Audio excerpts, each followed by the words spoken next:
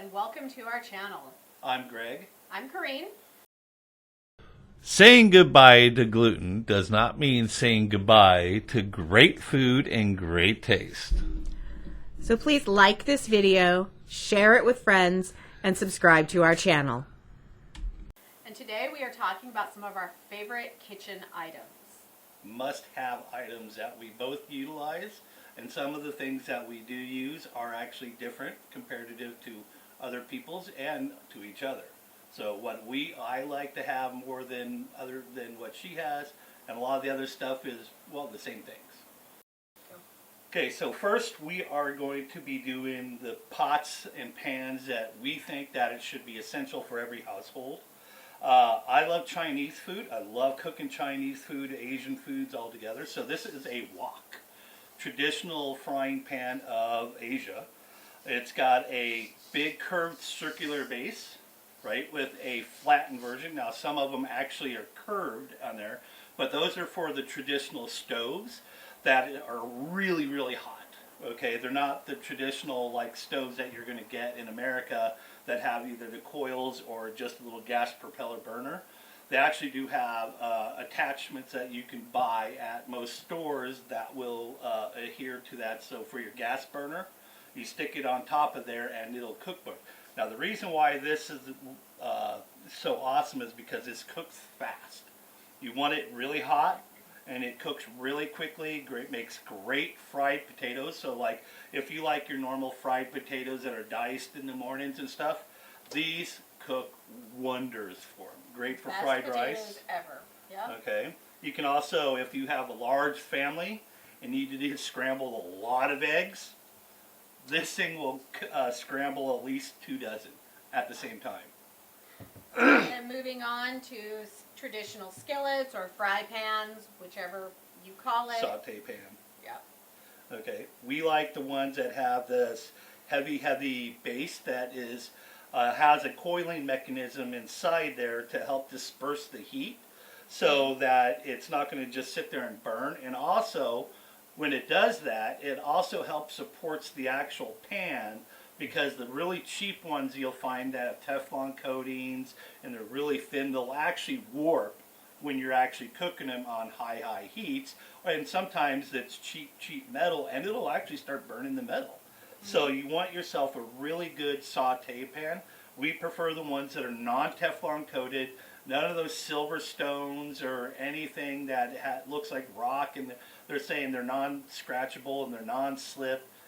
Most of them will be because they're sprayed with a coating, and after use, they'll actually start deteriorating, and then that'll actually get into your food and become toxic. So stainless steel's one of the best things to actually utilize.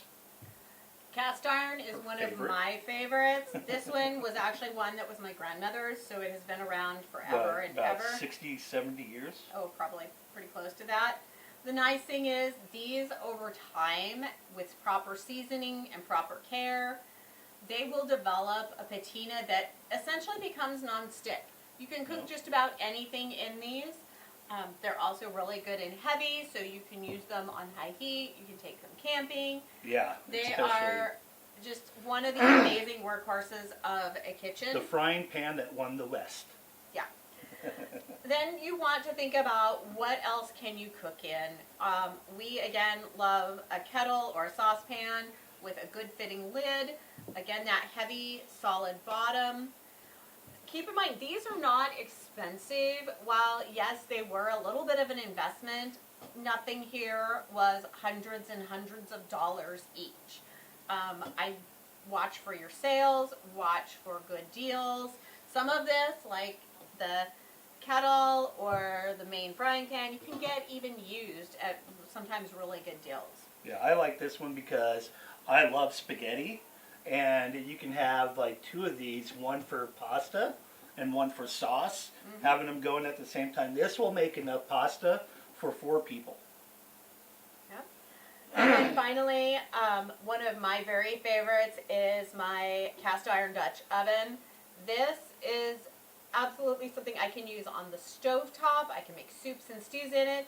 I can put a roast in it. I've even done a roasted chicken.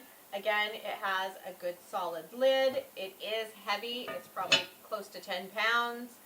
But it is something that once you, again, invest in it, I think this was a Christmas present one year, and I think it was probably under $50. It is not the super high priced name brand one, but these will last forever and ever if you properly take care of them. And keep in mind, just because conventional wisdom says you cannot give kitchen utensils, kitchen appliances as a Christmas gift, talk with people. If you're saying this is what I want, chances are they're willing to get it for you. And for the last one, a nice healthy stock pot. This is actually a tamale steamer. It has a little attachment that goes on the bottom, and you just stack your tamales in there, because I like making tamales. But this also is really good for making stock. So like, because she likes making chicken stock and stuff like that. This is several, like about 2-3 gallons worth. Great for that. Also, it is awesome for crab boils. Because like, unlike these, a leg of crab isn't going to fit. This, you can have several legs of crab, clusters of crab, lobster tails, all that stuff boiling at the same time, and you're really good to go. So, what else are we going to do? Oh, We're yeah. going to move on to utensils, and then followed by baking and mixing. Okay, these are our favorite utensils. This is a strainer spoon that comes with wok sets, or utilizing woks. It's great for deep frying, fishing out soup stuff like bones and stuff. Really good for straining out things. This is the wok spatula. Really good for using for woks. You don't want to use this on any grills or anything like that. It has a slot or rounded edge specifically for woks. And this is your traditional metal spatula.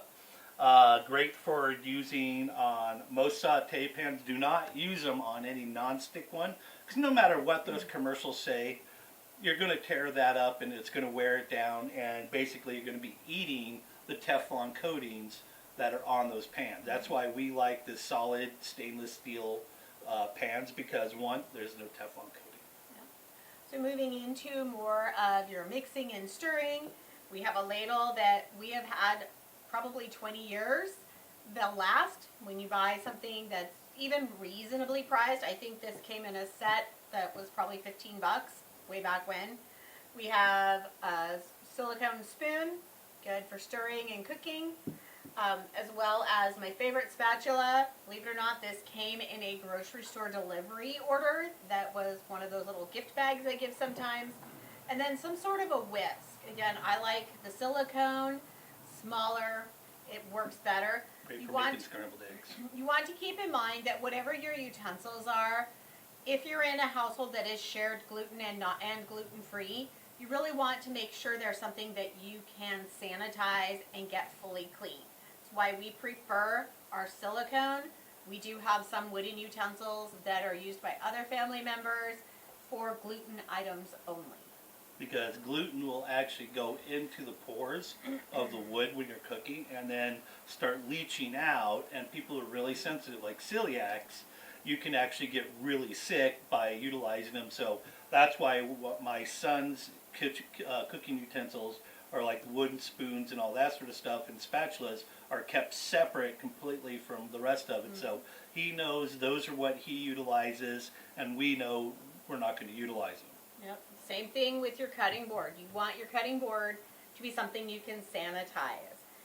If you are using wooden cutting boards, remember to use those only for your fruits and vegetables.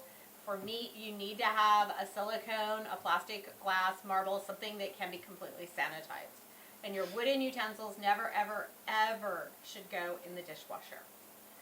So with our cutting board, this is a pretty large size. It does have a little bit of a trough there. It makes it nice when you're maybe cutting up a roasted chicken and the juices are starting to flow. You can capture those as opposed to having them all over your kitchen floor. Yeah, also good for like when you're cutting like prepping roasts or meats and stuff, and the meat juices or the blood starts seeping out, you can catch it. That's why I prefer ones that have a little bit deeper trough, because some of them it's just a small indentation.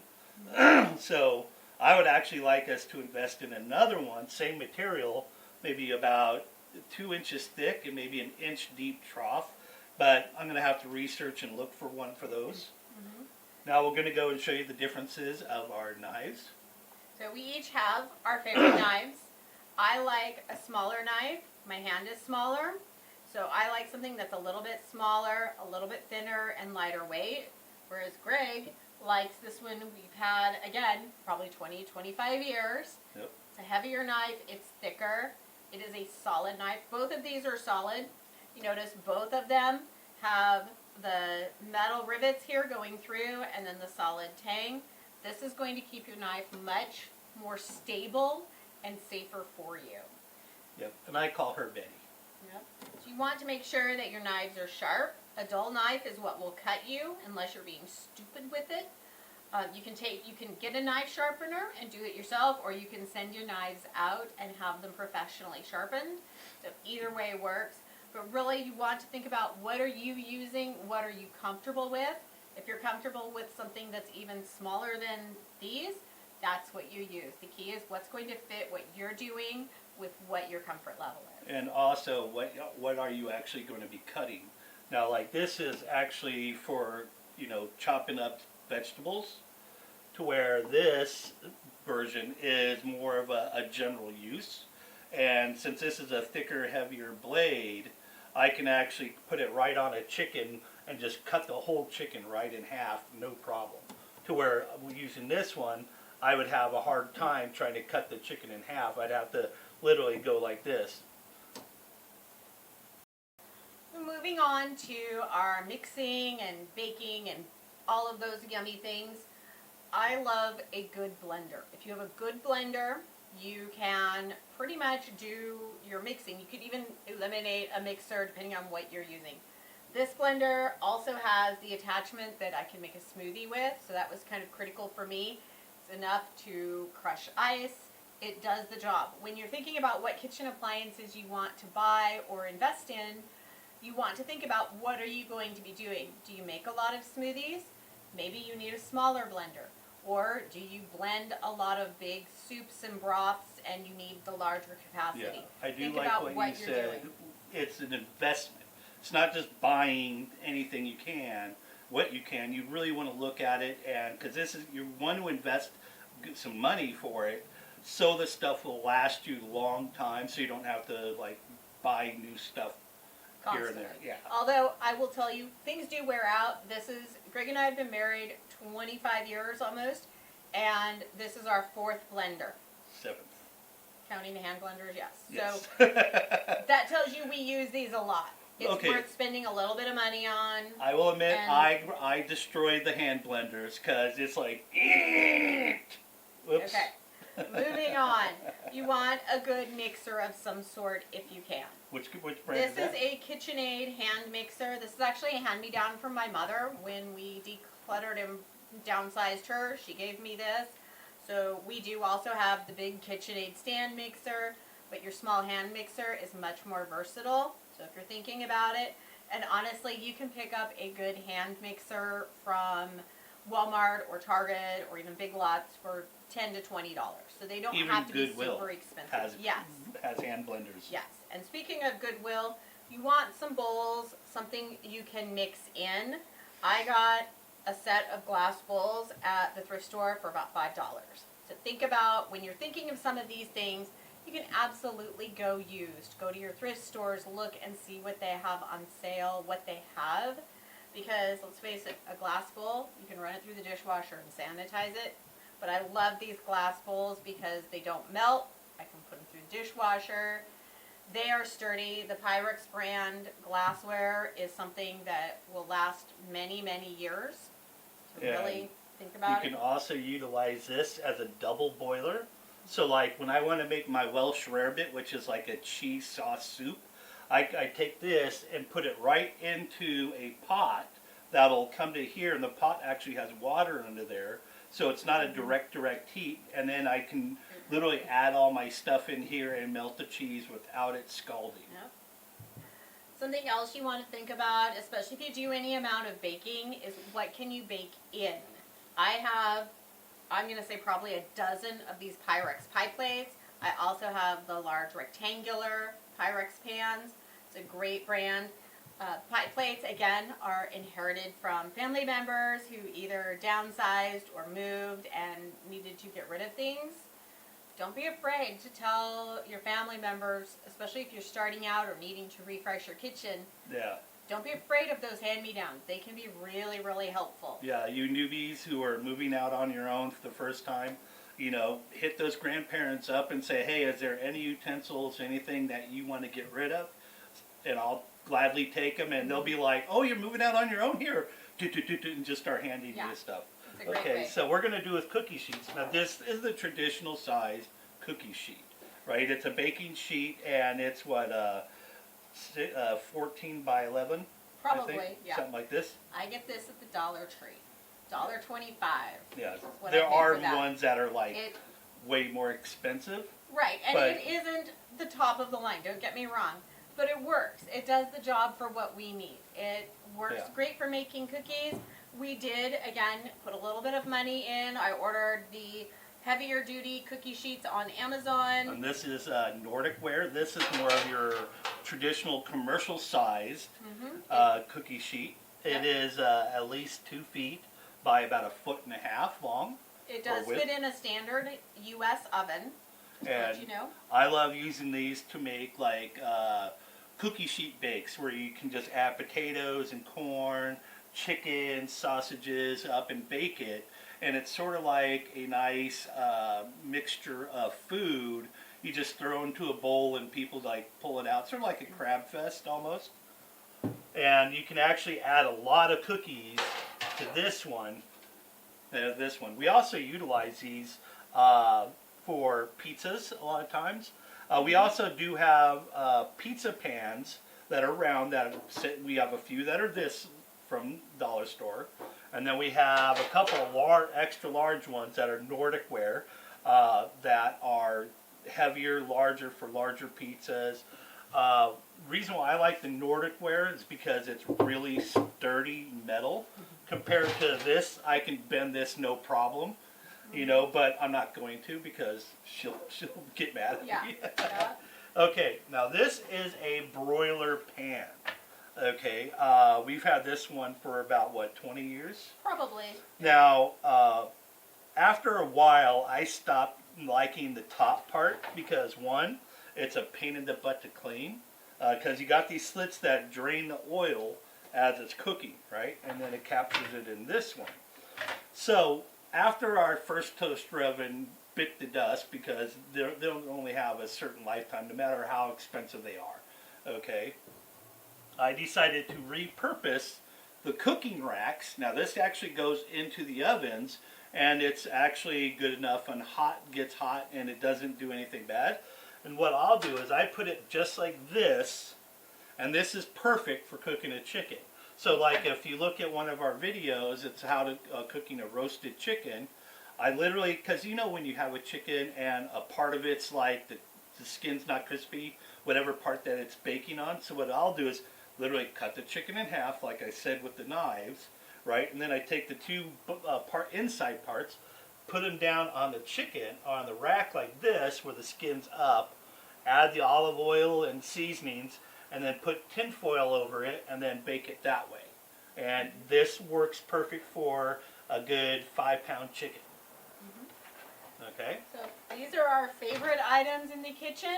Thank you so much for joining us, and we look forward to talking with you again. And remember what we always say, saying goodbye to gluten. Does not mean saying goodbye to great food and great taste. Have a great day.